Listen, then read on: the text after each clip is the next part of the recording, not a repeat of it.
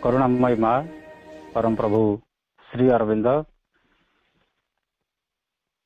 पाठचक्र रे योगदान करथिबा समस्त भाई भणी को मोर नमस्कार। आज विषय होची वाणी तपस्या। श्री अरविंद माँ का साहित्य रे आमे तपस्या शब्द को प्रायतः बहुल भाव में शुणती, जपरी शारीरिक तपस्या, प्राणिक तपस्या, मानसिक तपस्या, पुणी आत्मार तपस्या। शारीरिक परिपूर्णता को सौंदर्य तपस्या बोली माँ कहते, प्राणर पूर्णता को शक्तिर तपस्या बोली कहते, मनर परिपूर्णता को ज्ञानर तपस्या बोली कहते, एवं आत्मार परिपूर्णता को प्रेमर तपस्या बोली माँ कहते। माँ कहती तपस्या माने श्रृंखला। एक आत्म श्रृंखलित जीवन को तपस्या जीवन बोली कहा जाए, तपस्यार जीवन बोली कहा जाए। आज आम सेमती आउ एक तपस्यार कथा जानिबा, जहा होची वाणीर तपस्या बा बाक साधना। कथा कहिबा केमिति तपस्या हो पारिबो, बा शब्द को आम केमिति तपस्यार अंतर्भुक्त करि परिबा, यह एक सर्वोत्कृष्ट साधना। कथा कहया भितर आमर केमिति श्रृंखला रहिबा दरकार एवं कौन कौन श्रृंखला अर्जन करले ता तपस्यार अंतर्भुक्त हबो, आम से विषय आज किसी जानिया को प्रयास करिबा। एमिति वृक्ष नहीं जो वृक्षर औषधीय गुण किसी ना। ये संसार प्रत्येक वृक्ष भितर किसी ना कि औषधीय गुण अच्छी। एमिति कहीं मनीष भी नहांती जहाँ भितर किसी भल गुण भी ना, जहाँ भितर किसी प्रतिभा ना। प्रति मनीष भितर मध्य किसी भल गुण भी अच्छी। एमिति भी अक्षर नहीं जहाँ को सजई देले ता मंत्र हब ना। तेणु वाणी बा शब्द बोली आम जहाँ कहूँ ताको उच्चारण करने पूर्व गोटे अधिकार अर्जन करने हुए, अधिकार अर्जन करने पड़े। से आम देखी जानी जो मैंने ऋषि मुनि तपस्वी से गोटे गोटे शब्द जो अभिशाप दे दिखती क्या जीवन नष्ट हो जाए। जदि क्या गोटे शुभ दृष्टि मंगलमय भाव में गोटे भल शब्द भी कहीदी क्या जीवन भी रक्षा हो पारे, जहाँ कह जाए बाक सिद्धि।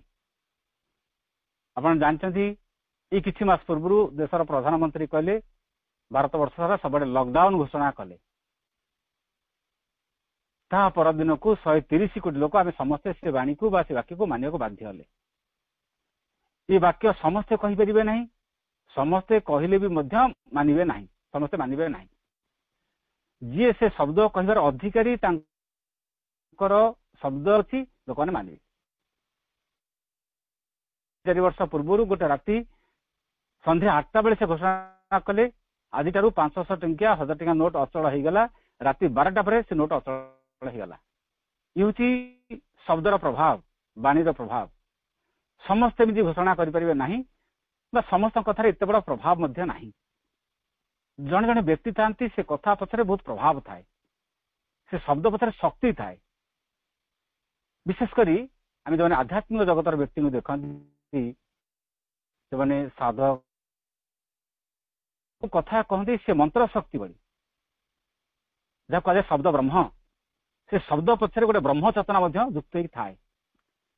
भीम भोई गोटे जीव जगतर कल्याण से से कहले प्राणी को आरत दुख प्रमित देखु देखु केवा सहु मो जीवन पछे नरके पड़ी थाऊ जगत उद्धार हो। यह खाली शब्द नुह कि गोटे सस्ता कविता नुह। भीम भोईंकर इटा गोटे हृदय शब्द, एक शोकोच्छ्वास।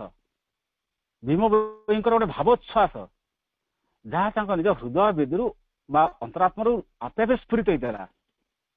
कहुए वाणी तपस्या बा वाणी साधना। केतरा कथा को आम चिंता करवा। महात्मा गांधी सत्य अहिंसार वाणी सारा भारत वर्ष में प्रचारित करेले। जदि सत्य अहिंसार वाणी पछरे प्रभाव न था, जदि शक्ति देश न था, देशर हजार हजार युवक युवती माने लक्ष लक्ष युवक युवती माने से कथा पछरे प्रभावित होगी से स्वदेशी आंदोलन में सामिल होते कि ना। ये कथा समस्ते कही ना कि समस्ते कहले मध्य आकर्षित होकर जीवे ना जमी गोटे जगह अग्नि जलू थाए अग्नि जलुले कि पोक मैंने स्वतः आकर्षित होकर चल जाते से झास दिखती सेमती किसी लोक था कथा पछरे एमती शक्ति थाए लोक मैंने टाणी जाती बाणी पछरे शक्ति नथिले कम दिन भितर इतनी संख्यार लोक मानू सी सारा भारत वर्ष जनमानस को से एकत्रित कर पारि केवे भी न था सुभाष बोस ना आप जानते रक्त से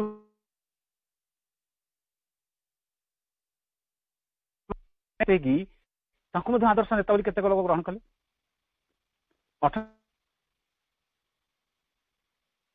अमेरिकार चिकागो धर्मसभा से दिन से कौन कहले छिड़ा हेले तो कहले हे मोर अमेरिकावासी भाई और भौणी माने ताली वृष्टि गला ये कौन गोटे अपूर्व अद्भुत शब्द थिला हे मोर अमेरिकावासी भाई और भौणी माने कहला बेलू गोटे समग्र अमेरिकावासी भितर गोटे हृदय गोटे आलोड़न सृष्टि गला विवेकानंद बाणी से दिन गोटे जहाँ तपस्यार बाणी बोली कहा बाणी तपस्या बोली कह भितर यह शक्ति स्फुरित होता अनेक जीवन कथा को आम जब अनुध्यान करवा देखा सबू लोक कथार एमती प्रभाव न थाए कि व्यक्ति अच्छा जो मान कथा पछरे अमाप शक्ति थाए अमाप प्रभाव थाए अमित बल भी थाए से तो कहुए मंत्र शक्ति व शब्द उच्चारण आगु आम देश में जो राजा महाराज मैंने संतान प्राप्त होते हो नाला से कौन करते यज्ञ करके जड़े ऋषि को डकाउले एवं ऋषि कौन करते यज्ञानुष्ठान क्रिया करुले मंत्र उच्चारण करते से मंत्रर प्रभाव एमती थिला से यज्ञ सारे पुत्र संतान प्राप्ति होते उदाहरण स्वरूप दशरथ राजा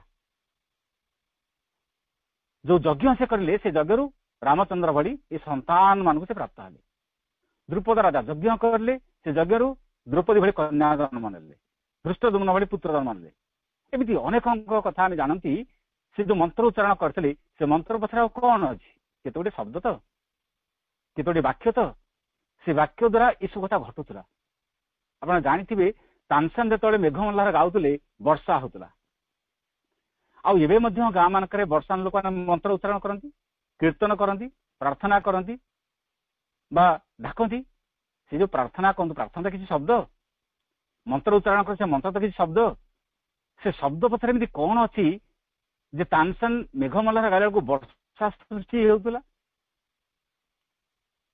ये सबू जहाँ आम शब्द बोली कहूँ ये शब्द तो सब आम ही कहती आम पार्टी भितर भगवान से क्षमता देते आम समस्त शब्द उच्चारण करती समस्त कथा कहते किंतु मधुर बाणी कहवा गोटे संस्कार समस्ते मधुर बाणी कही पारती ना आ समस्त मधुर वाक्य भी कही आसे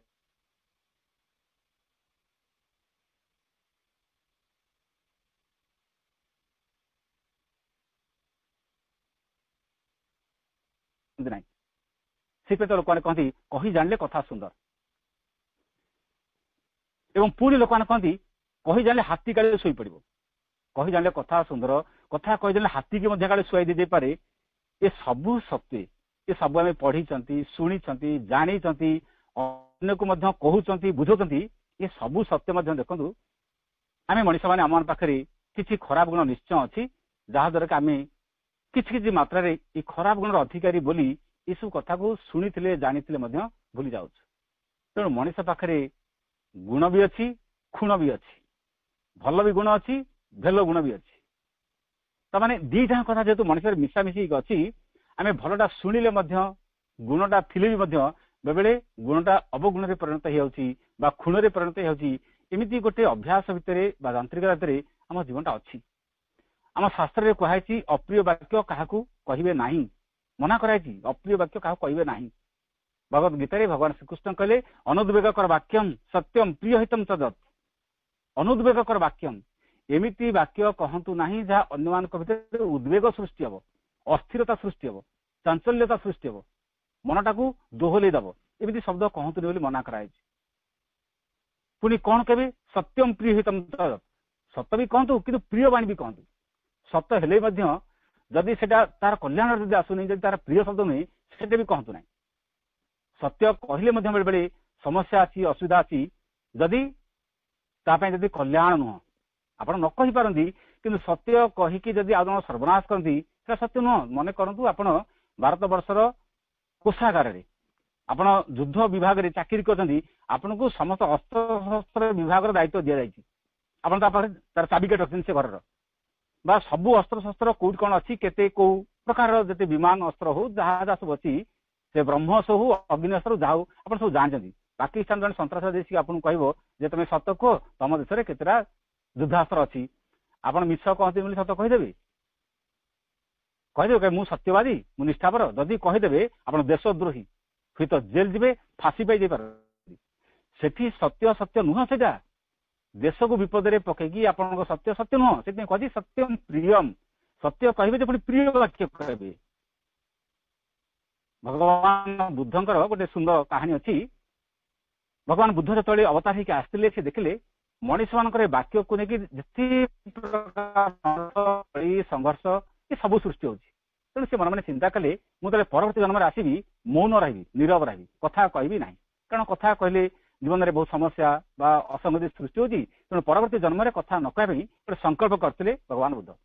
ପରବର୍ତ୍ତୀ ଜନ୍ମରେ ସେ ଯୋଉଠି ଜନ୍ମ ହେଲେ ଜଣେ ରାଜାଙ୍କର ପୁତ୍ର ହେଇକି ଜନ୍ମ ହେଇଥିଲେ। ପିଲାଟି ଦିନରୁ ସେ ମୋଟେ କଥା କହିଲେ ନାହିଁ।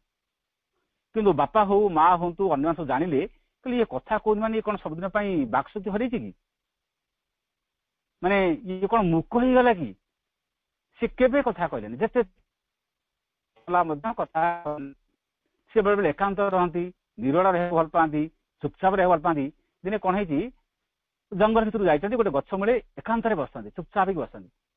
ସେ ଗଛ ପରେ ଦିଟି ଚଢେଇ ଥିଲେ, ସେ ଚଢେଇ ଦିଟି ବର୍ତ୍ତମାନ କଥାବାର୍ତ୍ତା ହଉଛନ୍ତି ବା ଶବ୍ଦ ଉଚ୍ଚାରଣ କଲେ।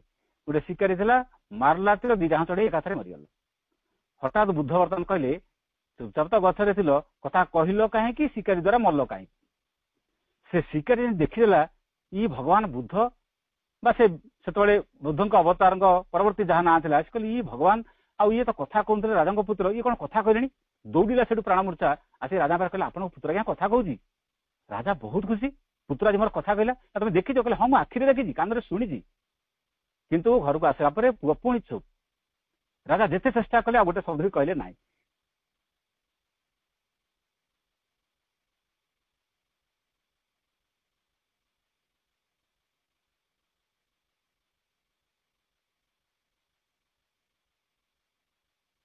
କଥା ତାପରେ କଣ ହେଲା, ସେ ଶିକାରୀକୁ ମଧ୍ୟ ମୃତ୍ୟୁଦଣ୍ଡ ଦିଆଯିବା ପାଇଁ, ରାଜାଙ୍କୁ ମିଛ କହିଲା ପ୍ରତାରଣା କଲା ବୋଲି ମୃତ୍ୟୁଦଣ୍ଡ ଦେବା ପାଇଁ ଯୋଜନା ହେଇଗଲା। ସେଇଠୁ ଭଗବାନ ବୁଦ୍ଧ କହିଲେ ସିଏ ତ ଚଢେଇ ତାର ମଲେ ମଲେ, ତୁ ଦୌଡ଼ିକି ଆସି କହୁଥିଲୁ କାହିଁକି, ପୁଣି ମୃତ୍ୟୁଦଣ୍ଡକୁ ପାଉଛୁ କାହିଁକି? ତାପରେ ରାଜା ଜାଣିଲେ ଯେ ପ୍ରକୃତିରେ ପୁତ୍ର କଥା କହୁଛି ଏବଂ ସେ ଶିକାରୀକୁ ଛାଡ଼ିଦେଲେ। ଏଠି ଭଗବାନ କହିବାକୁ ଚାହାନ୍ତି ଯେତିକି ଆବଶ୍ୟକ ସେତିକି ଶବ୍ଦ କୁହ, ଅଧିକ କହୁଛୁ କାହିଁକି? ସେ ଚଢେଇ କଥା କହିଲେ ବୋଲି ମଲେ, ଏବଂ ତୁ ବି ମଧ୍ୟ ଅନାବଶ୍ୟକ ଶବ୍ଦ ଆସି ରାଜା ପାଖରେ କହିଲୁ ଆଜି ଆପଣଙ୍କ ପୁତ୍ର କଥା କହିଲେ। ତାପରେ ପୁତ୍ର କଥା କହିବି କି ନାହିଁ ତମେ ଜାଣିନ। ତେଣୁ ଏଠି ଏମିତି ବିପଦ ଆସେ, ସତ କହିଲେ ମଧ୍ୟ ବେଳେ ବେଳେ ବିପଦ ଆସେ। ସେଠି ସତ କହିକି ବିପଦକୁ ଆଣିଲେ କି ନାହିଁ? ତେଣୁ ଏ ସବୁ ସତ୍ୟ ଆମେ ଦେଖନ୍ତୁ, ଆମେ ଜୀବନ ଭିତରେ ବୁଝିବା ଏ କଥାକୁ ଲେଖାଯାଇଛି ସତ୍ୟମ ପ୍ରିୟ ହିତମ ଚଦତ। ସତ୍ୟ ବି କହିବେ, ପ୍ରିୟ ବାକ୍ୟ ବି କହିବେ। ସ୍ୱାଧ୍ୟାୟାଭ୍ୟାସଂ ଚୈବ, ସବୁଦିନ ସ୍ୱାଧ୍ୟାୟ କରିବେ। ସ୍ୱାଧ୍ୟାୟ ମାନେ ଆଧ୍ୟାତ୍ମିକ ବହି ପଢିବେ, ଶାସ୍ତ୍ର ପଢିବେ। ସବୁଦିନ ଶାସ୍ତ୍ର ପଢିଲେ କଣ ହବ, ଏଇ ଯୋଉ ଅଭ୍ୟାସ ସ୍ୱାଧ୍ୟାୟାଭ୍ୟାସନ, ଯିଏ ସବୁଦିନ ସ୍ୱାଧ୍ୟାୟ ଯୋଉ ଅଭ୍ୟାସ କରି ପଡେ, ଅଭ୍ୟାସ ବାଙ୍ଗ୍ମୟ ତପୋଚ୍ୟତେ, ସେ ବ୍ୟକ୍ତି ବାଣୀର ତପସ୍ୟା କରୁଛି। ଏଠି ଭଗବାନ ଶ୍ରୀକୃଷ୍ଣ ତପସ୍ୟା ମାନେ କଲେନି ହିମାଳୟକୁ ଚାଲିଯିବେ, ଦାଢି ବଢେଇବେ, ନଖ ଛାଡିବେ, ଗେରୁଆ ପିନ୍ଧିବେ, ଅରୁଆ ଖାଇବେ ବା ଆମିଷ ଛାଡିବେ, ସେ କଥା କହିଲେନି। ସେ କହିଲେ ଏଠି ତପସ୍ୟା ହଉଛି ସତ୍ୟ କହିବେ, ପ୍ରିୟ ବାକ୍ୟ କହିବେ, ସବୁଦିନ ଭଲ ଆଧ୍ୟାତ୍ମିକ ବହି ପଢିବେ। ତାହେଲେ କଣ ବାଣୀର ତପସ୍ୟା, ଆପଣ କଣ୍ଠ ଭିତରେ ଦେବୀ ଶକ୍ତି ସୃଷ୍ଟି ହବ, ବାଗ୍ଦେବୀ କଥା କହିବେ। ଇଏ ହେଲା ସ୍ୱାଧ୍ୟାୟାଭ୍ୟାସନ ଚୈବ ବାଙ୍ଗ୍ମୟ, ଆପଣ କଥା ବାଙ୍ଗ୍ମୟ ହେଇଯିବ, ବାଣୀର ତପସ୍ୟା ହେଇଯିବ। ତେଣୁ ବାକ୍ ସଂଯମ ହଉଛି ଗୋଟେ ସର୍ବଶ୍ରେଷ୍ଠ ସାଧନା। ଯିଏ ତା ଜିଭକୁ କଣ୍ଟ୍ରୋଲ କରିପାରିଛି ବା ନିୟନ୍ତ୍ରିତ କରିପାରିଛି, ତାଠୁ ବଡ ସାଧନା ଆଉ କିଛି ନାହିଁ। ସେଥିପାଇଁ ତ ମା କହିଲେ କଣ୍ଟ୍ରୋଲ ଅଫ୍ ୟୁର ସ୍ପିଚ୍, ତ ବାକ୍ୟକୁ ସଂଯତ କର, ବାକ୍ୟକୁ ନିୟନ୍ତ୍ରଣ କର। ଆପଣ ଚିନ୍ତା କରନ୍ତୁ, ଆମକୁ ଗୋଟେ କଥା କହିବାର ଗୋଟେ ସ୍ୱାଧୀନତା ଦିଆଯାଇଛି, ସମସ୍ତେ ସ୍ୱାଧୀନ। ମଣିଷ ମାତ୍ରେ ହିଁ ଯେମିତି ଆମକୁ କଣ ଜଳ ଯେମିତି ଆମ ପାଇଁ ମିଳିବା ଅଧିକାର, ସୂର୍ଯ୍ୟାଲୋକ ଯେମିତି ମିଳିବା ଅଧିକାର, ପବନ ଯେମିତି ମିଳିବା ଅଧିକାର, ସେମିତି ଗୋଟେ ମନୁଷ୍ୟକୁ କଥା କହିବାର ଅଧିକାର ଦିଆଯାଇଛି। ଭାରତୀୟ ଗଣତନ୍ତ୍ର ବ୍ୟବସ୍ଥାରେ ବି ଅଛି, ଜଣେ କହିପାରିବ, ତା ମତାମତ ଦେଇପାରିବ, ସ୍ୱାଧୀନ ବାକ୍ୟ ସେ କହିପାରିବ। ତା ମାନେ आमको गोटे फ्रीडम मिली कहवा माने कौन जहाँ पारे ता कहबे कि जहाँ इच्छा ता कह कि आजिकल देखो समाज रे बा परिवार रे सबुटी कहवा लोक बेसी शुणिया लोक कम प्राय तो बहुत आम समाज में देखुचु बेसी होती कहवा लोक शुणिया लोक कम ये सभ्यतार सबुठ बड़ विडंबना होची आजिकल कहीं चुप ही बस पारना कहीं आम चुप ही बस पारना पदे पदे कथार देखो आंतर्जातीय संपर्क सृष्टि होची पुणी पदे पदे कथार युद्ध ही होजे जिते युद्ध जिते घनघटा जिते जहाँ विसंवाद बाद जहाँ ये सब कथा को लेकिन वाक्य को लेकिन तेणु आम देखा आम भितर जहाँ अच्छी जहाँ थाए ताहा ही शब्द आकार भाषा आकार प्रकाशित हुए आम भितर जहाँ थाए से सब ही शब्द आकार प्रकाशित हुए जमी धरन जन को भोक है सी कौन कह खाद्य दियो माने भितर भोक है से खाद्य मागिला भितर भोक हो शब्द आकार खाद्य से मागिला शोष होती पानी मागिबो पानी दियो तामाने स्वभाव जार जेमिति से सेमिति भाषा भी कह जो लोक जेमितिया स्वभाव आप देखो शिष्य भाया कथा कह बहुत लोक मैंने छड़न कहती हाँ मुझे कहीदेले मो भितर सेमितिया नुह यहाँ कहते यहाँ नुह भितरटा जदि आपंकर शुद्ध निर्मल शांत एकदम शिष्ट ताले शब्द एमती बाहर केमी भितर जहाँ थाए बाहर सेमितिया काउर स्वभाव जहाँ कोईर स्वभाव जहाँ से स्वर कथा कहते काउ ता स्वर नहीं ता स्वभाव नहीं कथा कहूँ कोईली ता स्वभाव नहीं सी से स्वर कथा कहूँ व्यक्तिर स्वभाव जमीतिया जड़े लोक शांत लोक हो स्थिर लोक हो उत्तेजित शब्द कौटू आसो कि जब भितर प्रकृत शांत स्थिर उत्तेजित शब्द कौटू आसो तेज आम बुझा भल भाव बुझा निजर कथा को निजे बुझा चेष्टा करवा मनर भावना आमर जमी थाए से अनुसार भर शब्द भी प्रकाशित हुए आम जहाँ भावु था जहाँ चिंता करूँ जहाँ कल्पना करूँ जहाँ अनुभव करूँ जो चेतन था आम रसुण खाई कुटे कौन बासना आसो कि रसुण बासना ही आसो ना जी सबुदिन जहाँ भावुची चिंता करुच्ची कल्पना करुच्ची जहाँ पढ़ुची से कह ना कौन कह से शब्द विनिमय करना कौन कर तेणु वाक्यटा केमिति हवा कथा शब्दटा केमिति एटा गोटे सर्वोत्कृष्ट साधना बोली कहूँ ना कहली या बड़ साधना किसी ना भल खाद्यटे आप भल पात्र देले सुंदर लगे ना ना धरतु आप जड़े कि अतिथि बंधु आप घर को आसती आप क्षीरी परसिबे क्षीरी परसिले गोटे खपरारे परसिबे कि गोटे सस्ता कदली पत्र परसिदेवे कि गोटे पत्र परसी पारती कि गोटे अपरिष्कार पत्र परसिदेवे कि गोटे मूल्यवान खाद्य को जमी गोटे मूल्यवान पात्र देने सुंदर लगे आप बजार को जाऊँच गोटे सुना किणुच्च सुनाटे किणिले से कौन ठुंगारे दौर ना पॉलिथिन दौर सुना भली मूल्यवान जिनस को दवाई गोटे भल बक्स दरकार आप मूल्यवान बक्स को लुण भर्ती करके आनबेनि सुना को पॉलिथिन आनबेनि सेमती गोटे वस्तुर मूल्य अच्छी तार गोटे वस्तुगत प्रभाव अच्छी सेमती गोटे भल खाद्य गोटे भल पात्र देने सुंदर गोटे भल थाली देले से खाद्य सुंदर लगे सेमती भल वाक्यटे जे भल शब्दटे कହୁଛି भल भाव भी कहले सुंदर लगे कि ना आप जिते भल कथा कहतु उत्त्यक्त ही कहते गर्जन कर कहते विरक्त कहते रागी कहते जिते भल शास्त्र कहतु भल वाक्य कहतु जिते ब्रह्म ज्ञान कहतु तार किसी अर्थ अच्छी कि आम ब्रह्म ज्ञान कथा आलोचना करता कि कथा कह रागुवा आप जानतु ताले से ज्ञान नुह पोथीगत ज्ञान शास्त्रगत ज्ञान जीवन प्रयोगात्मक ज्ञान नुह तेणु ऋषि मैंने से कहते भद्रं कर्णे भी शुण्याम देवा भद्रं कर्णे भी आम कर्णरे केवल भल कथा पढ़ू आम कान जन कि भल कथा कहू शुण्याम देवा हे देवता माने बा हे देवता आम कान भल शब्द शुणा आमको आशीर्वाद करते देवता ऋषि मैंने प्रार्थना करते आम कान जमी सब भल कथा शुणु अच्छा भल कथा शुणव दे भल कथा किए कहले शुण ना मन को कान शुण आजिकल भल कथा किए कौन घर मानक पिला पिता माता भी भल कथा कहना स्कूल शिक्षक मैंने भल कथा कहना समाज में गुरुजन पिला भल कथा कहना आजिकल भल कथा कौना ना टीवी अच्छी ना रेडियो अच्छी ना सांगसाथी अच्छी कई तो बर्तमान पिला कान भल कथा कहना अत पिला भल कथा शुणे केमी सुधरवे केमी ये गोटे ये समाज ये सभ्यतार गोटे बड़ विडंबना भल कथा जहाँ गुरुत्वपूर्ण कथा यथार्थ कथा ये कथा किए से कहूँ पुणी लिखा जिह्वाग्रे मित्र बांधवा जीभरे जड़े मित्र को बांधि पारे जड़े मित्र तैयारी करे आम जीभटा एमती हवा कथा जीभरे भी ये क्षमता भी भगवान देते जड़े चाहिए 100 मित्र सृष्टि कर जीभरे जदि तार कथा कहवा शैली से जदि से मधुर कथा कही पारला जदि मधुर विनय वचन कही तो शिव जनमन जड़े जदि मधुर कथा मित्र पुणी कही जिह्वाग्रे मरण ध्रुवम से जीभर अगरे मरण भी अच्छी मृत्यु भी अच्छी ଜଣେ ଜିଭରେ ଏମିତି ଶବ୍ଦ କହିବ ଜଣକୁ ଜଣେ ମାରି ଦେଇପାରିବ, ପୁଣି ଜିଭରେ ମଧ୍ୟ ଏମିତି ଶବ୍ଦ ଜଣେ କହୁଛି ଜଣକୁ ମଧ୍ୟ ମୃତ୍ୟୁମୁଖ ମଧ୍ୟ ଠେଲି ଦଉଛି। ଏ ଶବ୍ଦ ବି ଅଛି। ଆପଣ ଗୋଟେ ପୋଖରୀକୁ ଟେକାଟେ ପକେଇ ଦିଅନ୍ତୁ, ଛୋଟିଆ ଗୋଡିଟେ ପକେଇଦେଲେ ମଧ୍ୟ ଆପଣ ଦେଖିବେ ସେ ପୋଖରୀ ମଝିରେ ଗୋଡିଟା ପଡିଲେ ବି ତା ତରଙ୍ଗ ଧୀରେ ଧୀରେ ଧୀରେ ଧୀରେ ଧୀରେ ଧୀରେ କୂଳ ଯାଏ ଯିବ। ମାନେ ଛୋଟିଆ ଗୋଡିଟାରେ ମଧ୍ୟ ପ୍ରଭାବ ଅଛି। ଛୋଟିଆ ବାଲି ଗରଡଟେ ପକେଇଦେଲେ ମଧ୍ୟ ପାଣିର ତରଙ୍ଗ ଧୀରେ ଧୀରେ ବ୍ୟାପିକି ଆସି କୂଳରେ ଲାଗିଯିବ। ଠିକ ସେମିତି ଶବ୍ଦ ମଧ୍ୟ ତାର ପ୍ରଭାବ ଅଛି, ପ୍ରତ୍ୟେକ ଶବ୍ଦର ପ୍ରଭାବ ଅଛି। ଆପଣଙ୍କୁ ଜଣକୁ ପ୍ରଶଂସା କଲେ ଆପଣଙ୍କ ମୁଖ କେମିତି ହେଇଯାଉଛି, ପ୍ରସନ୍ନତା ଆସୁଛି କି ନାହିଁ? ଜଣକୁ ନିନ୍ଦା କଲେ ତା ଦେହରେ ବିଷାଦ ସୃଷ୍ଟି ହଉଛି ନାହିଁ? ତାମାନେ ସେ ଶବ୍ଦ ପଛରେ ଗୋଟେ ଶକ୍ତି ଯାଉଛି କି ନାହିଁ?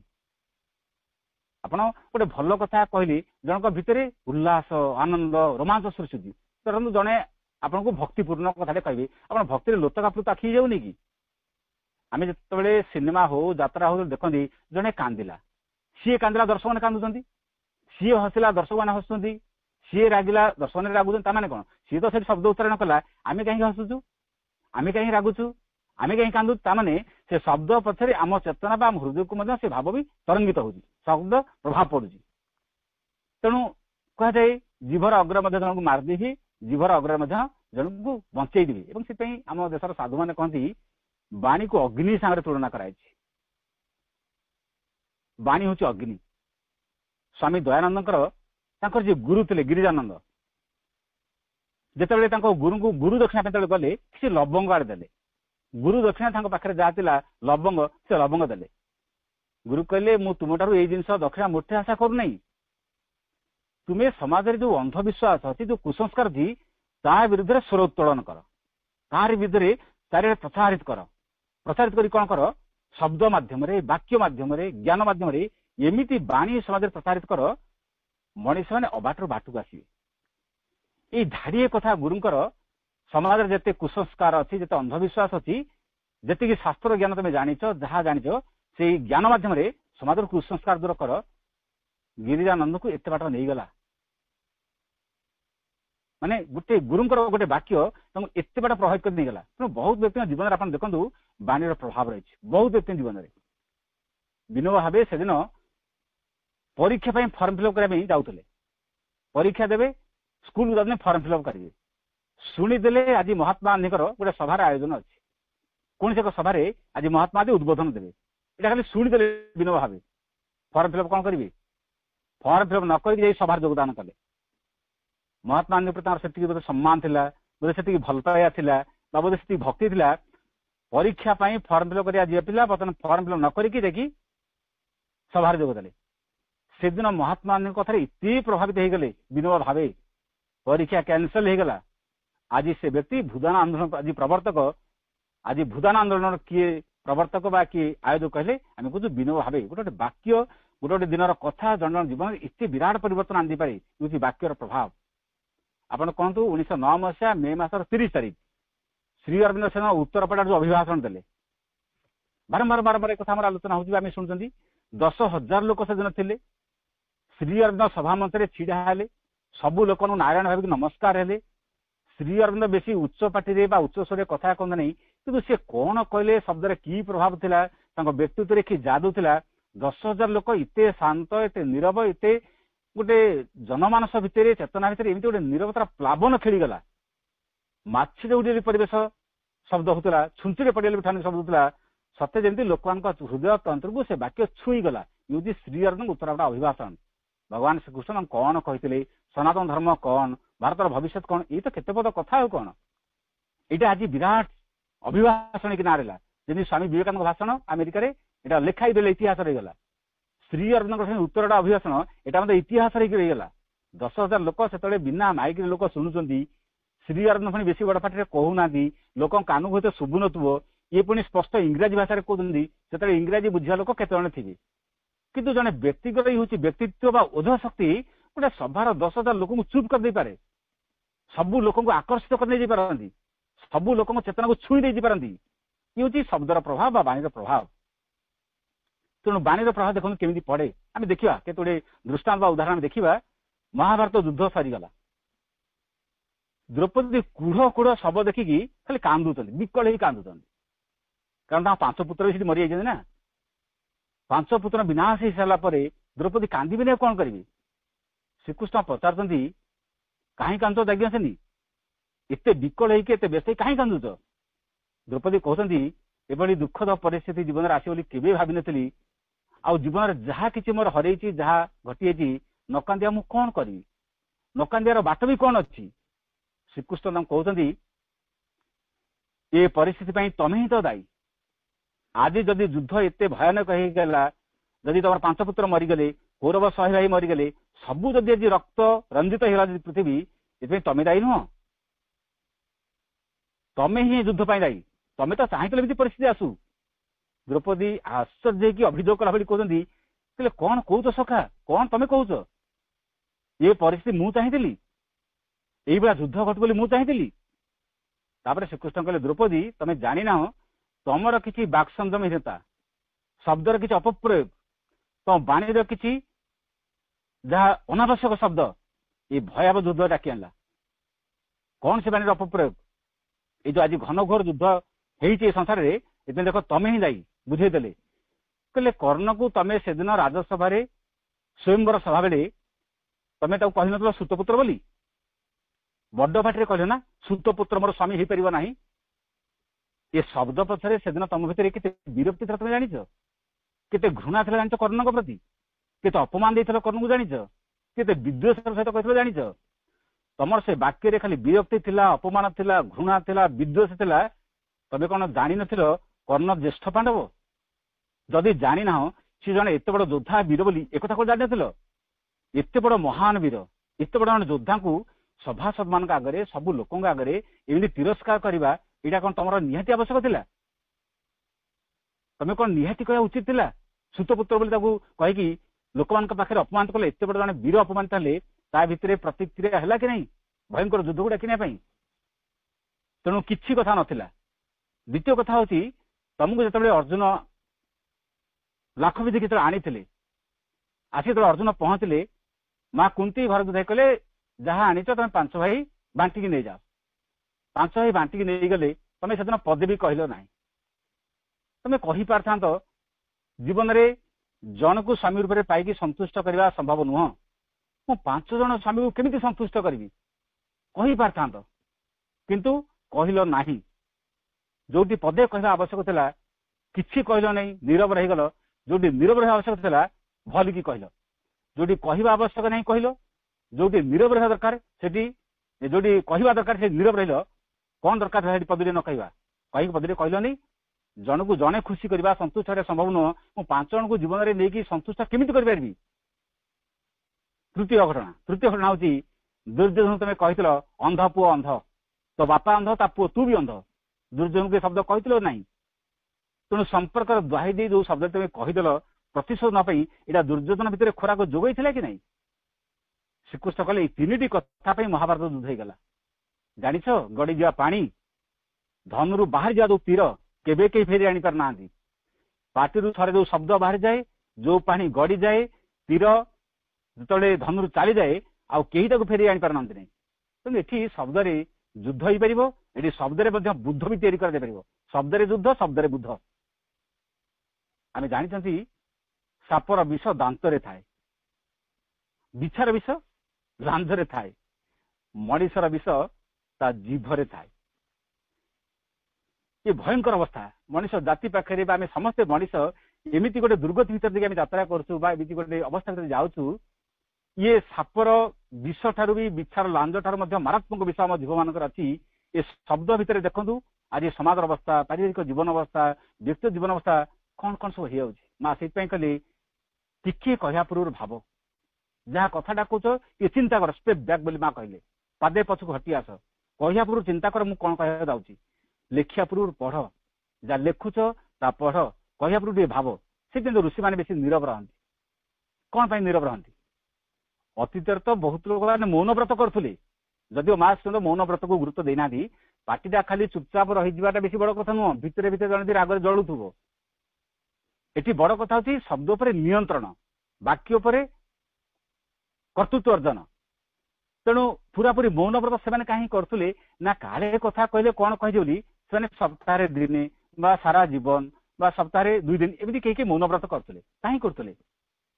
आम भी देखो श्रीरथ माँ आदर्श भितर नीरवतार गुरुत्व कौन पे अच्छी जोटी गले निहाती आवश्यक शब्द कहीं कहीं कहूँ ना बहुत समय नीरव कहीं कहूँ माँ तो सीधा चंपलाल मना करदे कि नहीं कथा कहबू मना करदे कथा कह चिंता करू कारण साधारण लोक कथा कहवा तमें कथा कहते फरक अच्छी चंपलाल जहाँ कहे साधारण कथा नुह तेणु सचेतन कथा कह माँ कहले चंपलाल भाविले सचेतन ही कथा कही माने बोधे माँ चाहूना बोधे मो कथा कहू चंपलाल चुप रहीगले नीरव रहीगले तेणु नीरवतार भाषा सारा संसार पर बेले बेले विराट परिवर्तन भी आनी जेहेतु चंपलाल कथा साधारण मनुष्यर कथा भली नथिला तेणु माँ तांको सीधा मना करदे कहला बेले सचेतन कथा कहू बा जगी कथा कहू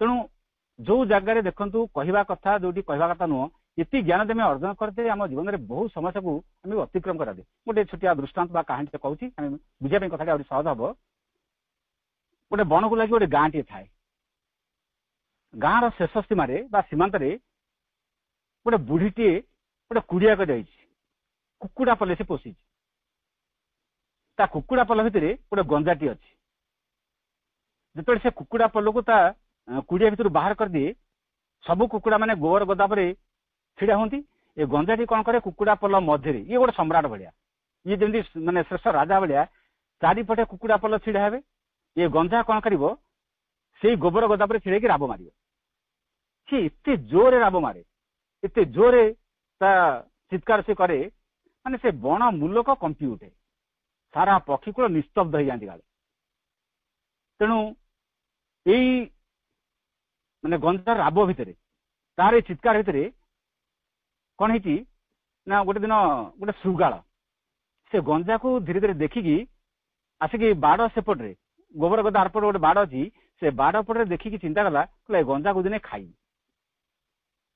बर्तमान गंजाटी बेले बेले से बन में बुले से दिने एकुटिया बुलुला बेले बाड़ सेपटे श्रृगाल गंजा को कहूँ शुणी शुणी कहला तुमको देखिले तुम बापा कथा भाई मन पड़ू तुम बापा मोर बंधु तुम बापा मोर थे मित्र तुम बापा कथा मो हृदय भितर बहुत मन पड़ जाऊँ अच्छा आज सेमतिया बंधुटे मो पाइबी कि ना मो भाग्य मिल कि नहीं मत सन्देह आउ तुम बापा जो गीत बोलती ना से मुझे अभिभूत हो जाए यहाँ श्रृगाल शुणी कौच तुम बापा गीत बोला बेले मुझे अभिभूत हो जाए आउर से कंठ कला जन्मसूत्र तुम मिली नहीं कि जानला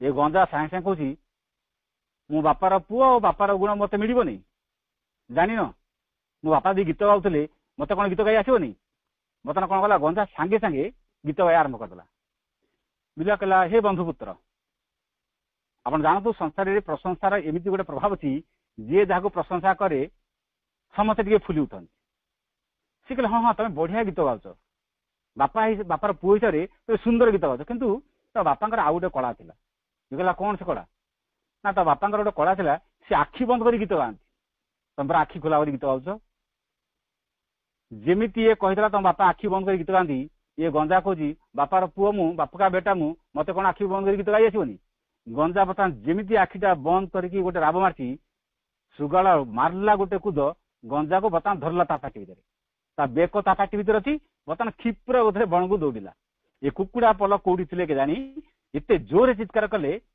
बुढ़ी ता कुड़िया भर बाहर देखला जे कुकुड़ा पल गोबर गदा पर छिड़े राबुंट चित्कार कर गंजा किंतु ना ताने कुकुड़ा पल चित्कार बुढ़ी जानी पारा गंजा को बोधे से श्रृगाल बोधे धरिकी पड़गला बुढ़ी गोटे कुकुर थिला से कुकुर को धरिक बर्तमान कुकुड़ा पल सांगे सत्य गोटे अभियान गड़ अभियान कला भली बर्तमान से बण भर पशिला या भर कि बाट माने बिलुआ कौन कर गंजा को धरिकी पाटी भितर दौड़ी से पाटी भितर से गंजा थाई टिके टिके निजक सजाड़ नहीं गलानी सजाड़ लाणी माने ता देहटा ओहड़ी ता बेकटा फाटी भितर अच्छी किंतु मुहटा बर्तमान अनेई कि बाट गला देखुची से गंजा बुढ़ी कौन कर कुकुर को धरिकी कुकुड़ा पल को धरिकी आसुची से गंजा बर्तमान बिलुआ को कहूँ कहला हे श्रृगाल भाई से बुढ़ी जो कुकुर को धरिकी कुकुड़ा पल को धरिकी आसलानी तुमको एटी कड़ा दंड देकी मते उद्धार करनेब ये बुढ़ीटा कौन मूर्ख कि जानी नहीं कि बुढ़ी तुम भली वीर शिकारी ठारू मते से उद्धार करदेव थरे टे कहीदुन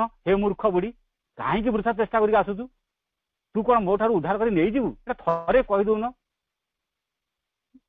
श्रृगाल बर्तमान कौन कर गंजा कथार जमी कहीदेला हे मूर्ख बुढ़ी तू कौन मो कबल नहीं जीव तो गंजा को ଯେମିତି କହିଦେଲା ବର୍ତ୍ତମାନ ପାଟିଟା ଖୋଲିଲା ହେଇଗଲା। ଗଞ୍ଜା ମାରିଲା ଚମ୍ପଟ ଗଛ ତଳେ ବସିଲା। ବର୍ତ୍ତମାନ ଗଞ୍ଜା ଭାବୁଛି ଯାହା ହଉ ପ୍ରାଣଟା ବଞ୍ଚିଗଲା। ବିଲୁଆ ବି ଭାବୁଛି କେତେ ବଡ ଭୁଲଟା ହେଇଗଲା, ଏ ତାରି କଥାରେ ପଡିକି ତାକୁ ଯଦି କହିଦେଲି ପାଟିରୁ ଶିକାଟା ଖସିଗଲା, ଏତେ କଷ୍ଟ କରିକି ଏତେ ଚାଲାକ ହେଇକି ଆଣିଥିଲି, ଏ ତା କଥାରେ ପଡିକି ମୁଁ କହିଦେଲି। ବିଲୁଆ ବହୁତ ଚାଲାକ ନା, ସେ ବର୍ତ୍ତମାନ ପୁଣି ଚେଷ୍ଟା କରୁଛି, ଆଚ୍ଛା ଦେଖିବା ଶେଷ ଚେଷ୍ଟା କରିବା, ଶେଷ ପ୍ରୟୋଗ କରିବା। ବର୍ତ୍ତମାନ ବିଲୁଆ କହୁଛି, କହିଲା ହେ ଅନିନ୍ଦ୍ୟ ସୁନ୍ଦର ଗାୟକ,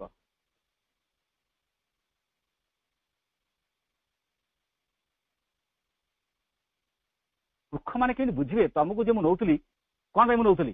ମୁଁ ନେଇଥାନ୍ତି ସେ ଜଙ୍ଗଲ ଭିତରେ ଗୋଟେ ସୁନ୍ଦର ନିକାଞ୍ଚନ ସ୍ଥାନ ଅଛି, ତମକୁ ସେଠି ବସିଥାନ୍ତି, ସାରା ବଣର ସବୁ ପଶୁପକ୍ଷୀ ଡାକିଥାନ୍ତି, ତମେ ଗୀତ ଗାଇଥାନ୍ତ, ଆଉ ଆମେ ସମସ୍ତେ ଆତ୍ମବିଭୋର ହେଇକି ଶୁଣିଥାନ୍ତୁ। ମୁଁ ତମକୁ ସେଇ ଉଦ୍ଦେଶ୍ୟ ନଥିଲୁ, ଆସୁନ ଆଉ ଥରେ ତମକୁ ନେଇଯିବି। ସେ ଗଞ୍ଜା କହୁଛି, କହିଲା ଥାଉ, ବ୍ରହ୍ମଜ୍ଞାନ ସେତିକି ଶୁଣା। ଆରେ ଭାଇ ଧିକି ମତେ, ଯେତେବେଳେ ମୁଁ ଆଖିଟା ଖୋଲା ରଖିବା କଥା ସେତେବେଳେ ଆଖିଟା ବନ୍ଦ କରିଦେଲି, ସେଇଥିପାଇଁ ତୁ ମତେ ଧରିଲୁ ବା ମୋ ବେକକୁ କାମୁଡ଼ିଲୁ। ସେ ବିଲୁଆ କହୁଛି, କହିଲା ତୁ କଣ ନିଜକୁ ବ୍ରହ୍ମଜ୍ଞାନୀ ଭାବୁଛୁ? ଆରେ ମତେ ସତ ଧିକ, ମୁଁ ଯେତେବେଳେ ପାଟିଟା ବନ୍ଦ କରିବା ପାଟିଟା ଖୋଲିଦେଲି, ମୁଁ ଯଦି ପାଟିଟା ବନ୍ଦ କରିଥାନ୍ତି ତୁ ଏତିକି ଚାଲାକିରେ କଥା କହିଥାନ୍ତୁ। ତାପରେ ବିଲୁଆଟି ନିରୁପାୟ ଚାଲିଗଲା।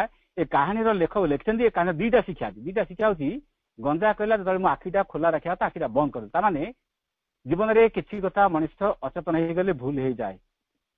ଆଖିଟା ବନ୍ଦ କରିଦେବା ମାନେ ଅଚେତନ ହେଇଯିବା, ଅଚେତନ ହେଇଗଲେ ଭୁଲ ହେଇଯାଏ। ସେ କହିଲେ ଯେତେବେଳେ ସଚେତନ ହେବା କଥା ମୁଁ ଅଚେତନ ହେଇଗଲି। ଏ ବିଲୁଆ କହୁଛି ଯେତେବେଳେ ପାଟିଟା ବନ୍ଦ କରିବା ପାଟିଟା ଖୋଲିଦେଲି, ତାମାନେ ଯେତେବେଳେ ନିରବ ରହିବା କଥା ପୁରା ପାଟିଟା ବନ୍ଦ କରିବା ମୁଁ ସେତେବେଳେ ଅନାବଶ୍ୟକ ଶବ୍ଦ କହିଦେଲି, ତେଣୁ ଚାଲିଲି। ଏ ଦିଟା ଜ୍ଞାନ ଯଦି ଜୀବନରେ ଅର୍ଜନ ହୁଅନ୍ତା ଆମ ମାନଙ୍କ ଜୀବନରେ, ତାମାନେ ଅଚେତନ ନ ହେଇପାରନ୍ତେ ବା ହୁଅନ୍ତେ ନାହିଁ ଏବଂ ଅନାବଶ୍ୟକ ଶବ୍ଦ କହନ୍ତେ ନାହିଁ, ତାହେଲେ କଣ ହୁଅନ୍ତା ନା ଆମର କେତେ କେତେ ସମସ୍ୟା, କେତେ କେତେ ଅସୁବିଧା ଆମେ ତାକୁ ସହଜରେ ଦୂର କରିଦେଇ ପାରନ୍ତି। ଏତିକି ଜ୍ଞାନକୁ ଅର୍ଜନ କରିବା ପାଇଁ ଆମକୁ ଜନ୍ମ ଜନ୍ମ ଚାଲି ଯାଉଛି। ଏଇସବୁ କଥାକୁ ଆମେ କେମିତି ଜୀବନ ଅର୍ଜନ କରିବା, ଗୋଟେ ବିରାଟ ଶିକ୍ଷା, ବିରାଟ କଥା। ସେଥିପାଇଁ ଦେଖନ୍ତୁ, ଆପଣ ଦେଖିବେ ଜଣେ ଜଣେ ଅଛନ୍ତି ଜୀବନ ସାରା, ସେ କେହି ଲୋକ ଅଛନ୍ତି ଏମିତି ସତ କହନ୍ତି। ଆପଣ ଭାବନ୍ତୁ ସବୁ ଲୋକ ସମାଜରେ ମିଛ କହନ୍ତି, କିଛି ଲୋକ ଏମିତି ସତ୍ୟବାଦୀ ଲୋକ ଥାନ୍ତି, କହନ୍ତି ସେ ଲୋକ ତ ମିଛ କୁହା କରିପାରିବ ନାହିଁ। ଯୁଧିଷ୍ଠିରଙ୍କୁ ଯେତେ କହିଲେ ମଧ୍ୟ ମିଛ କୁହା କି କରିପାରିଲେ କି? ହେଲାନି ନା।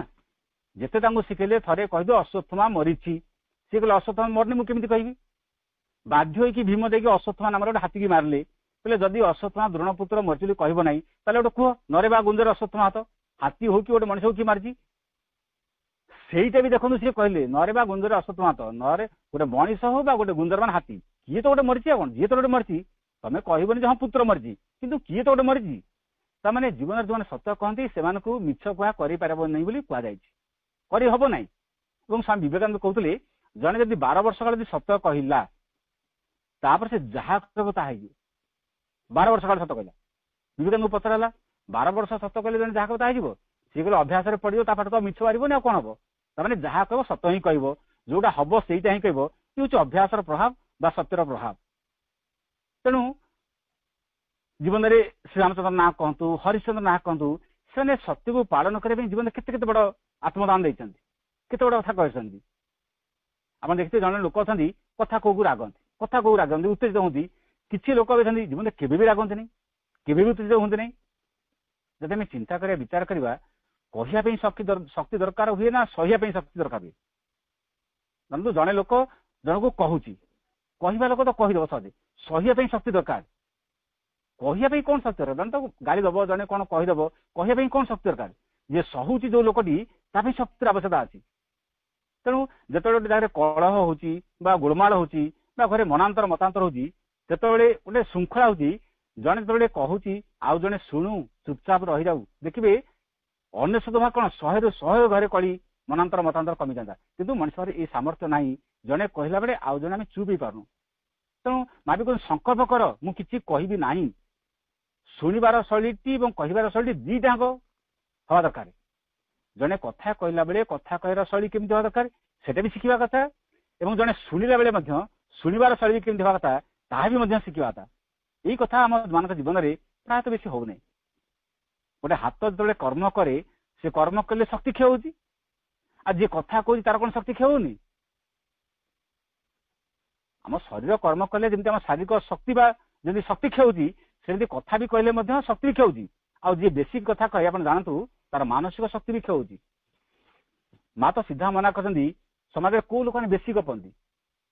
बेसी कथा कोउ लोक कहते आप देखिए समाज में पागल मान सब अनवरत गपंती ना निशाखोर लोक बेसी गपंती कारण से निज पर किसी नियंत्रण न था कर्तृत्व न थाए कारण से मानसिक दिगटी हरई दिखाते अचल हो जाए मानसिक दिगटी मनटी जो निजर निज हाथ न थाए से बहुत गपंती तेणु जो शक्ति क्षय हो जदि से शक्ति जन संरक्षण रखिदेव ताले अधिक कर्म करि कि नहीं बेसी कथा कहले मन आपे आपे अशांत हो जाए आपे मन अशांत हो जाए जमी चुली रे काठ अच्छी बर्तमान हांडी रे पानी अच्छी चुली रे काठ जलुची मैंने हांडी रे पानी गरम हम आप काठ को काढ़ी नियंतु पानी आपे आपे शांत हो विभिन्न कथा आम शुणुचंती बोली विभिन्न कथा जानुचंती बोली मन अशांत होची बर्तमान बहुत कथा शुणवा दरकार नहीं आपे देखिए मन शांत हो तेणु सबू कथा कौन निहाती शुणवा दरकार ना सबू कथा निहाती कहवा दरकार कथा कहिया बंद करदे मन धीरे धीरे शांत हो बहुत कथा शांत हो आप देखु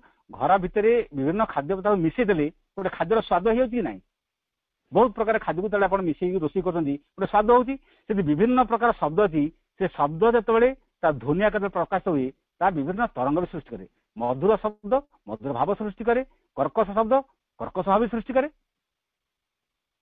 तेणु जने लोक जो शारीरिक कर्म करुच्ची एवं सी जो कथा भी कहूँ जने व्यक्तिर व्यक्तित्व ता कर्म मूल्यांकन हम ता कथार मूल्यांकन हम आम गोटे लोकर माने से लोकर परिचय आम केमी जानती लोकर परिचय कौन व्यवहार तो आम कहते हाँ से लोकर व्यवहार के सुंदर से लोकर कथबार्ता के सुंदर से लोकर भाषा के सुंदर यहाँ व्यक्ति संस्कृति बोली कहती तेणु जड़े लोकर व्यवहार चालीचलन व्यवहार बाकी जना पड़े बाणी बेसी व्यवहार प्रकाश हुए सी केमितिया कथबार्ता करुच्ची आम कहूँ खा माने खा गिड़ी भुंज कहूँ ना नहीं खा गिड़ी भुंज माने कौन से शब्द को जड़े केमी शब्द कहूँ केमी भाव में कहूँ ताकू कथा प्रकाश हो तेणु संसार में बहुत कथा अच्छी जहाँ मोटे शुणा उचित नुह मोटे कहवा उचित नुह कि सबू कथार मुंड पुरिया उचित नुह से महात्मा जी 3टा माकड़ पोषले 3टा माकड़ कौन गोटे माकड़ आखि बंद कला गोटे माकड़ पाटी की चुप कर बंद कला गोटे माकड़ कान बंद कला ताने सबू कथा भी देख नहीं सबू कथा भी शुण नहीं कि सबू कथा मत कह ना माकड़ को आम जानिले कि से गुण जीवन में शिखा यहाँ सहज हो पारनी देखो कहले कथा पद जीवन में कहले केते समस्या देखो सृष्टि होती 2टा हंस गोटे दीपटर बाड़ी को धरती कंचटा को धरिक आकाश उड़ी उड़ी जाऊँ कंच बर्तमान बाड़ी मझी धरती 2टा बर्तमान हंस उड़ी उड़ी से कंच को नहीं जाऊँ जीवा बेले बर्तमान गोटे तले गोटे पड़िया पड़ी से पड़िया पे फुटबल खेलुले गोटे पिलाटे आकाश को अनेकला देखला हे किड़े सुंदरिया कंचटे 2टा हंस देख उड़ी उड़ी जाऊँ से कंचटा बाड़ी की कामुड़ी से कंच नहीं जाऊँ पिला माने ना छोट पिला खेलिया पिला तांके तो गोटे पिला कहला कहला कंचटा पड़ जाता कि तले खाई दियंती बढ़िया होती कंचटा एटा कंच कान को शुभिगला पिलाटे कहीदेला कंचटा बढ़िया होती तले पड़ जाते खाई दियंती कंच कान को शुभिगला कंच सांगे सांगे देखुची पूरा भारत खाइला वाला तो पेट दी पड़ जाऊँ निआ खाई पकाउनु से कंच बर्तन उपरू गला पेट दी पड़ निआ खाई पकाउनु से कंचर अवस्था कौन हो लोक मान कथा को शुणिले विपद आसे जदि न शुणी था पिलाମାନେ तार कहते कौतुक कर मजा करती हुए तो विपद आसी ना कि आम पाखे एत सामर्थ्य ना लोक कथा को शुणिकी चुपचाप रहा भाया तेणु जो किसी प्रतिक्रिया देउछंती बा किसी कथा कहते से बाणी तपस्या न युद्ध से हो तेणु बाणी की कहे 4 प्रकार बाणी शास्त्र लेखा 4 प्रकार बाणी 4 प्रकार बाणी कौन गोटे मिथ्या गोटे कर्कश गोटे चुगली गोटे वृथा मिछ तो बाणी तो मिछ जानते जोटा प्रकृत सत्य न मिछ कर्कश होची रुक्ष भाषा कहवा बा गर्जन करी कहवा चुगली होची जने आउ जन पाखे मिछ सत जोड़ी कहवा जन को आउ जने बदनाम करवा बा विभिन्न प्रकार असुविधा संपर्क कथा कहवा आउ गोटे वृथा माने किसी आवश्यक ना निरर्थकता आप देखिए सकाल सकाल जन जन लोक थे सकालू गपुथे गपुथे गपुथे गपुथे संध्या बेले गपुथे कथार किसी अर्थ न ये वृथा वृथा हूँ अल्प कथा को बहुत करके बड़ कर कहवा किसी आवश्यक न किंतु कथा कह से लोक मैंने कहती कथा माजिले मोट सूता माजिले सरु ता माने कौन कथा माजिले मोट सूता माजिले सरु माने कौन जो कथा को आप बेसी बारंबार बारंबार तर्जमा करेंगे आलोचना करेंगे से कथा विराट हो जो से कथा को आपको मात्रा जो आलोचना कमेदेवे से कथार प्रभाव कमिज बेले देखो गुजबर करामती केमितिया गुजबर करामती केमितिया गोटे दृष्टांत मुझे कहूँ दिने मुल्ला नसीरुद्दीन जड़े बंधु को सांग धरी गोटे सहर दी जाता बाटे दले युवक साथ भेट होगा से युवक ना चारिपटे बेढ़ी जाकि चांदा मांगे मुला पचारे चांदा कहीं मागुच ना चांदा दिंतु भोजी करू भोजी चांदा मागुच मुला कहले भोजी कर अरे तुम कौन जान आज पूरा खोद सुल्तान निजे भोजी दौरान एटा से मिछ कहले कहले आज खोद सुल्तान निजे भोजी दौरान तेणु मागुच कौन राज्य सारा समस्ते आज जी जिते पारे खाइबे मागणार खाइबे से दबा पड़ोनी जमी एटा मुला कही से युवक मान गोटे पिला थिला मुला दौरान ए राजा दौरान खाइबा सुल्तान देवे खाइबा दौड़ा ता दौड़े देखी आउ गोटे पिला दौड़ा ता दौड़िया देखी आउ गोटे पिला दौड़ा तृतीय पिला दौड़ा चतुर्थ पिला दौड़ा एमती समस्त दौड़े शेष में निजे मुला सी भी बर्तन दौड़ा आरंभ कले बंधु धरी पकड़ा तू कहले तुमर कौन है तमें कहीं दौड़ से तो दौड़े तमें कहीं दौड़ मुला से कहते अरे बाबू जड़े सीना हाँ भुआ बुली पारे जड़े सीना हाँ मिछ सत विश्वास करेगा द्वितीय पिला विश्वास कला तृतीय पिला विश्वास कला चतुर्थ पिला विश्वास कला समस्ते विश्वास कर माने किए जानी हुए तो मुला दौड़े राजा दौथे सुल्तान दौथे जाकि देखी आसवा ताने देखो गुजबर करामती एते से व्यक्ति जी निजे सृष्टि कर निजे भी मोहित हो ये हूँ बेले बाणी ये प्रभाव माने निजे से सत बोली विश्वास कर निजे से कथा को संपृक्त हो जाती तेणु जड़े जीवन काल भितर शब्दटी वाक्यटी केमिति हवा कथा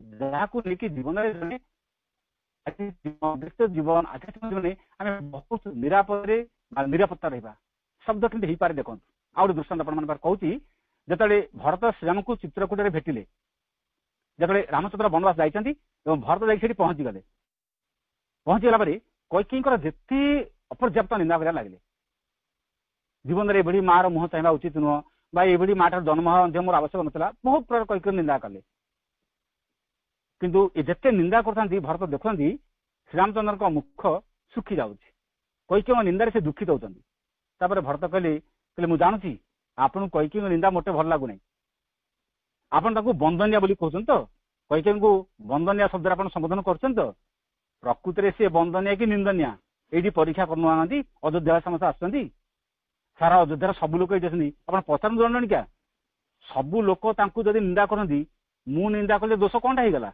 अयोध्यार कई जड़े भी लोक कैकेयी को भल बोली कहते कि मु कहली आप कहीं दुखी होती श्रीरामचंद्र जानिले समग्र अयोध्यावासी कैकेयी विरोधी समस्ते कैकेयी को निंदा करते सामने ये प्रशंसा करा उचित हम ना रामचंद्र जानिगले समस्त आगे कैकेयी को पुणी प्रशंसा करे रामचंद्र कहले किए तो लोक ग्रहण करेंगे ना तेणु जेहतु कथा किए ग्रहण करेंगे तेणु रामचंद्र टे कथार मोड़ बदले कथा देखते केमी हवा कथा यहाँ गोटे ज्ञान कला बता से भरत को कहले विश्व इतिहास में तुम भली पुण्यात्मा कहीं ना भरत ये कथा सत्य एवं कहीं सूर्यचंद्र थी जाए तुम भली एमती महात्मा हो पारे ना एक भी सत्य जमी श्रीरामचंद्र मुहर ये प्रशंसा शब्द सब बाहर अयोध्यावासी कि आनंद रामचंद्र पुणी भरत एत प्रशंसा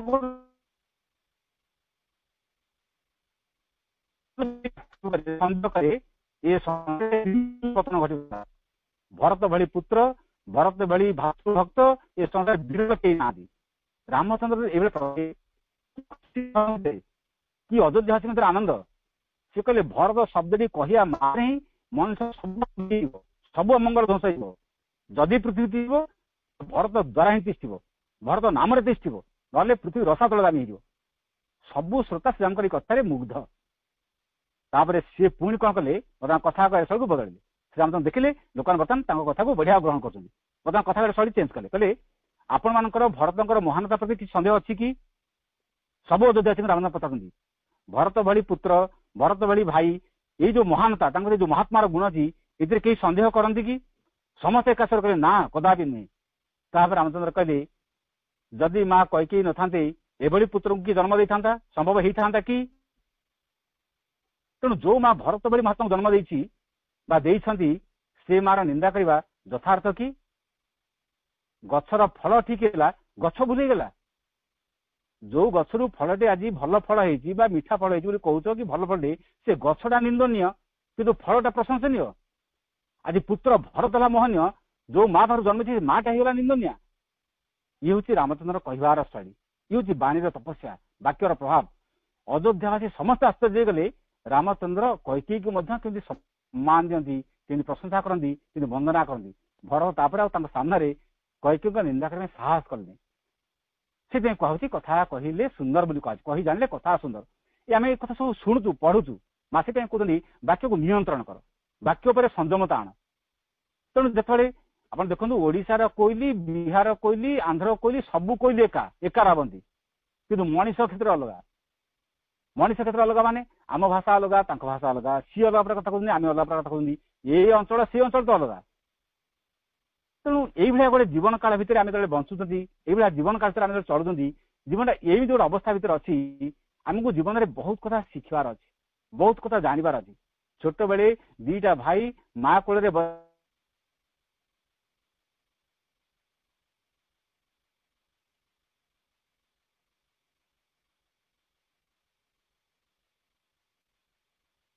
बसा जिदी करती बड़ लाभ कहते तो माँ तू खाया दूनु तो माँ को पुणी आज अन्न कहते माँ को बुढ़ी शब्द कहती जो माँ तो जन्म होती से माँ पुणी बुढ़ी शब्द संबोधन करती मैंने कौन पुत्र कह ना बहु कह बुढ़ी शब्द कहती अरे निज जन्म देखा माँ को बुढ़ा कह बुढ़ी कह ये शब्द सब शब्द नुह ये बाणी के तपस्या साधना बोली कहनी ये शिक्षा ये कौट जिन आम चेतना भितर अच्छी तो आम जो चेष्टा करवा जीवन भितर कौन करवा केमी शब्द उच्चारण करवा जहाँ को लेकिन शब्द ब्रह्म चेतना को जीव शब्द ब्रह्मादि वर्तमान लिखाई शब्द बोधे ब्रह्म लोक पर्यटन जापे तेणु जीवन भितर से शब्द को अर्जन कले शब्द शिखिले आम जीवन भितर से शब्द को साधना कर वाणी तपस्या जीवन तक शिक्षा आमको भगवत कृपा भगवत सहायता ना पड़ो समस्त को बहुत धन्यवाद।